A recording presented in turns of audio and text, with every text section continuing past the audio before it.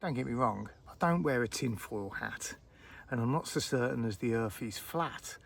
However, I do question, is putting horse manure on your allotment plot really as good as what everybody makes out? Let's talk a little bit about horse shit, shall we? Welcome back to the allotment plot. It is a beautiful summer's evening. We're in the middle of a heat wave. Everything is in full swing on the allotment plot. Everything's growing, everything's thriving, and I just wanted to pause and take a moment and just have a bit of a chat about horse shit. So I'm 4 years into allotment gardening. I'm still a novice compared to a lot of people down here on the allotment plot.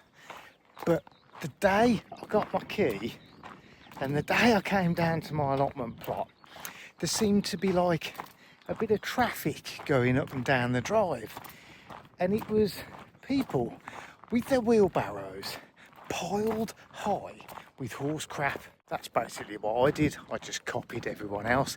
I didn't even really question it. It was just like something that you do on the allotment plot all the time. You come down the plot, you shovel some horse manure, you whack it in your barrow and you chuck it all over your allotment plot. Happy days, over and over again.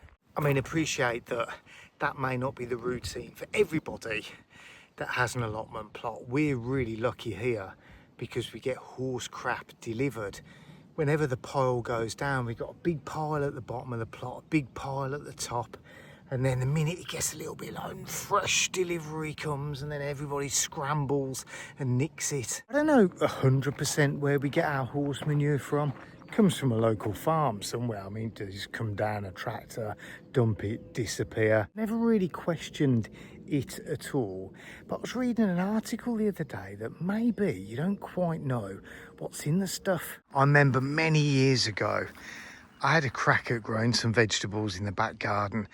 And with my father-in-law, we went down to a local place, got some horse manure, and he showed me that you need to go right to the back and you need to rummage around for the stuff that's rotted down. I mean, that's all right, but then you have to clamber all over the crap, and you know, the rotted down stuff's bloody heavy as well. For the first 3 years of allotment gardening here, during the winter months, I would get as much horse manure as I could be bothered to put on my plot. I'd just shovel it on as much as I could. Now, in the first year or two, I used to dig it in because I thought that was the right thing to do. Some people still do that, that's cool. And then I started reading about no dig and about the fact you can just throw it on the top and then the worms sort of come up and bring it down. It rains and then it goes down into the ground. So you're kind of letting nature do the work for you. So I thought I was being a bit clever by doing that rather than digging it in. I did do the Charles Dowding course when I was really into allotment gardening a couple of years ago, getting really obsessed with it. Learned a lot about no dig. I know I'm digressing off topic a little bit, but the reason why I'm talking about this is because there seems to be this other notion that people sort of do raised beds and then they layer it up with compost rather than using horse manure.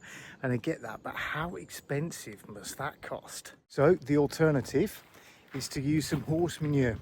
Costs you next to nothing. Just quickly run through 5 reasons as to why you should, or you could, put horse manure on your allotment plot. Number 1, apparently it helps the soil structure, right, so that it breaks it down so that the soil becomes a lot more sort of sprinklier and finer. Obviously that would help it drain better. Second reason is, it was something that I did learn actually on the Charles Dowding thing, is that it feeds the life inside the soil. So basically what happens is the little microbes and worms and everything eat the manure and then they kind of poo out real goodness that helps the plants. That's kind of my simplistic way of looking at it. Number 3, over time, I believe it feeds the plants nitrogen and stuff like that as well. It's a slow release nutrients. Number 4, I think plants like squash and pumpkins and stuff like that, really hungry plants, absolutely thrive off a boatload of horse shit. Number 5, as I've mentioned already, it's pretty much free. But then I started reading about herbicide contamination, and I'd not really heard about this, but apparently you can absolutely annihilate and destroy your crops. I only heard of one story. Some guy down here on the allotment plot said he threw a load of manure on his tomato bed, one year and it absolutely destroyed them all. I mean, I don't know how true that is. You know, you hear a lot of urban myths and tales, don't you, on the allotment plot? But then, yeah, herbicide contamination sounds horrible, doesn't it? Another reason is weed seeds. Now, honestly, I can vouch for this, right? Because I've had some beds where I've never had weeds in it. I've chucked a load of manure on it, and then that growing season, I've had loads of really strange stuff come up as well. Also things like mushrooms and toadstools that I don't even know how they got there. The only way they would have got there, well, maybe not the only way, but a contributing factor could have been the horse manure. Another few reasons is you shouldn't really use fresh manure because it can burn the plants apparently, and it can overload the nitrogen levels, and that's not a good thing to do. A couple of people down the allotment plot told me that. Never get the fresh manure, always go for the back. Another thing which sounds horrible really is like worming medication and stuff like that. You don't really know what the horses are eating, do you, and what gets digested, and then what comes out in the manure. Could be all sorts of... It doesn't even bear thinking about, does it really? Come and have a look at the stuff that's growing on my allotment plot though this year. Right, I've got some potatoes that are thriving. I've got some French beans here that are doing really well. These are suddenly taking off. I've got some Swiss chard, some leeks. Everything is thriving to the same degree that it always has every other year. But this year, I hardly put any manure on it whatsoever.